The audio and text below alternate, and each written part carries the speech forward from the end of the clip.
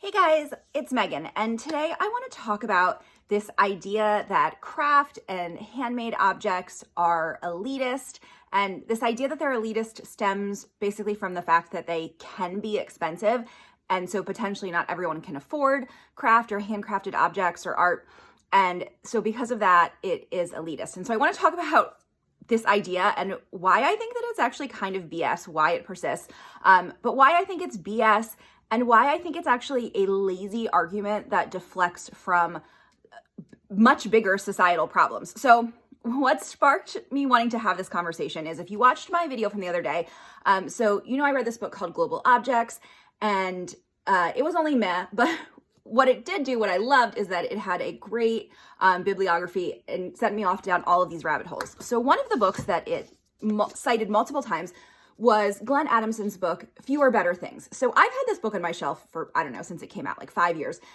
And I tried to read it once and I really couldn't get into it. And so after seeing it cited in Global Objects multiple times, I thought, you know what, I'm going to give it another go. Started reading it, got super into it. Fundamentally, Adamson and I agree on a lot of things. And so I've been kind of just plowing through this book. I'm, probably 3/4 of the way done. But something I was reading last night just really rubbed me the wrong way, and I want to talk about it. So Adamson says, I'm going to actually read here. He says, this model of sustainability through high quality things has the unfortunate reputation of being elitist. Even more unfortunately, that reputation is completely accurate. Again, this is me quoting. He says, few people can afford to fill their home with finely crafted objects. Insisting on excellence as our best pathway to ecological balance is simply impractical. Then he goes on to say, this is a replay at a different scale of the problem faced by William Morris, the father figure of the arts and crafts movement. A committed socialist, he wanted to make beautiful things for all.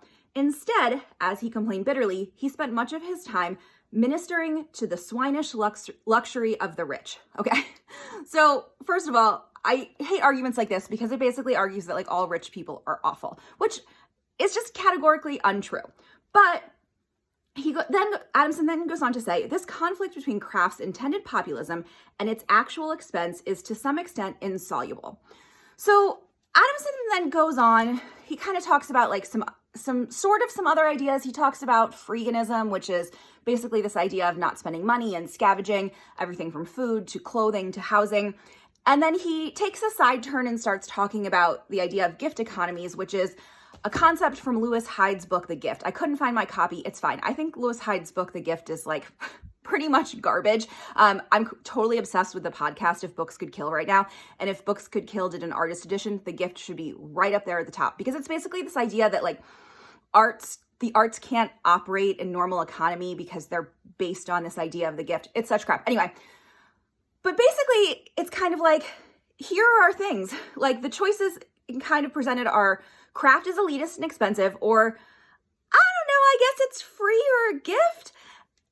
And there's so many issues with this. So part of what I don't like about this idea of the gift is that it kind of, and even this idea of elitism, is that it makes makers feel guilty for charging what they need to charge for make a living, because most of us have social justice ideas.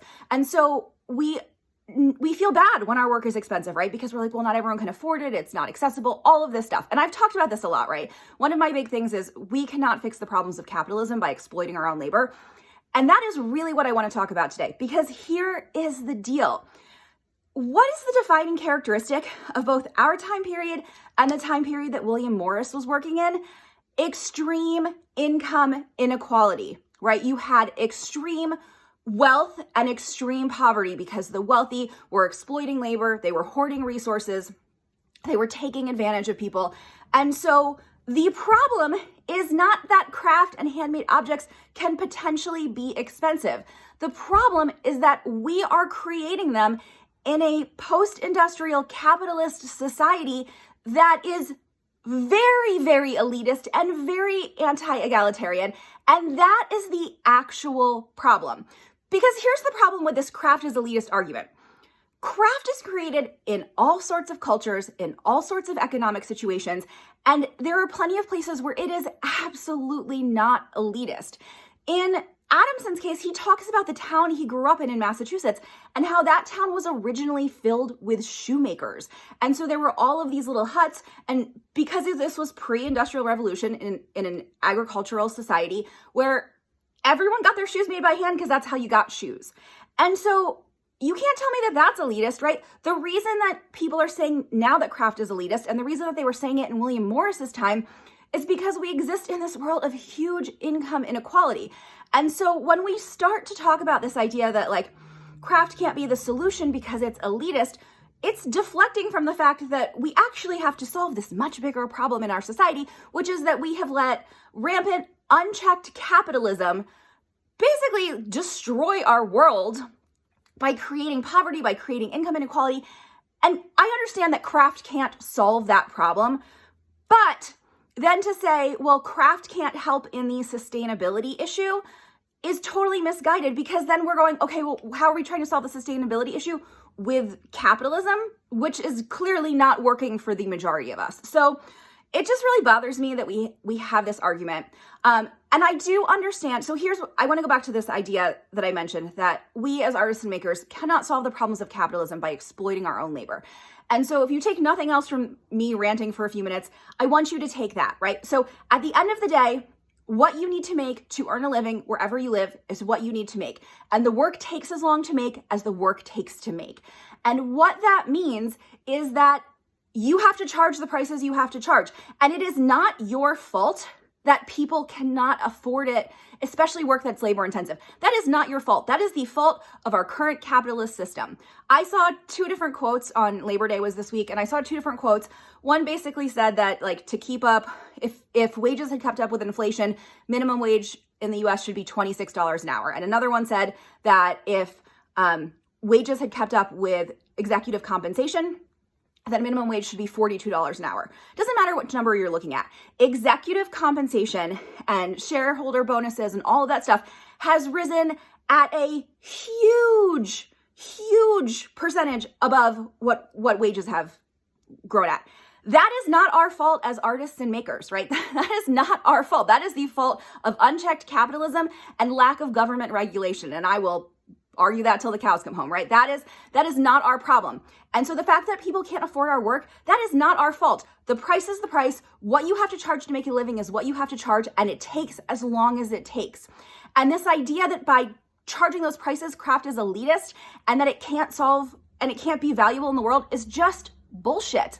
And then on top of that, it still can be a part of our sustainability piece. Because the other thing that I think is important to understand is that humans are always going to want stuff. We are always going to want to be surrounded by beautiful objects.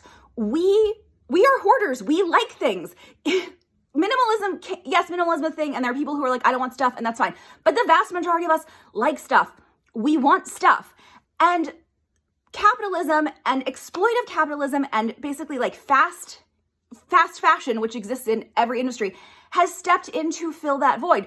And if we go, well, craft costs money to make, so like we shouldn't do it because it's not the solution, then what happens is we just keep getting more cheap crap pumped in because there is literally no alternative. So this is why I think that this argument is so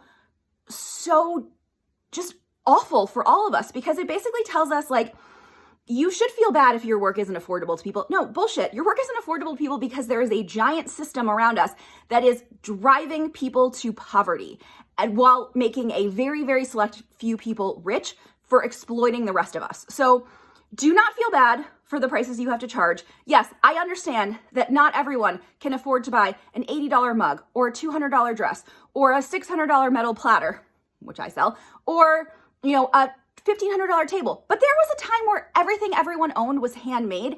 And so we can't say the problem is that our work is labor intensive. The problem is that our work is expensive. No, the problem is that we are in a very unbalanced capitalist system. So one of the ways that you can resist that is to make sure you're paying yourself a living wage, is to make sure that you're charging what you need to charge to make a living. So do not get down on this whole craft is elitist. I want my work to be affordable bullshit. No, the price is the price.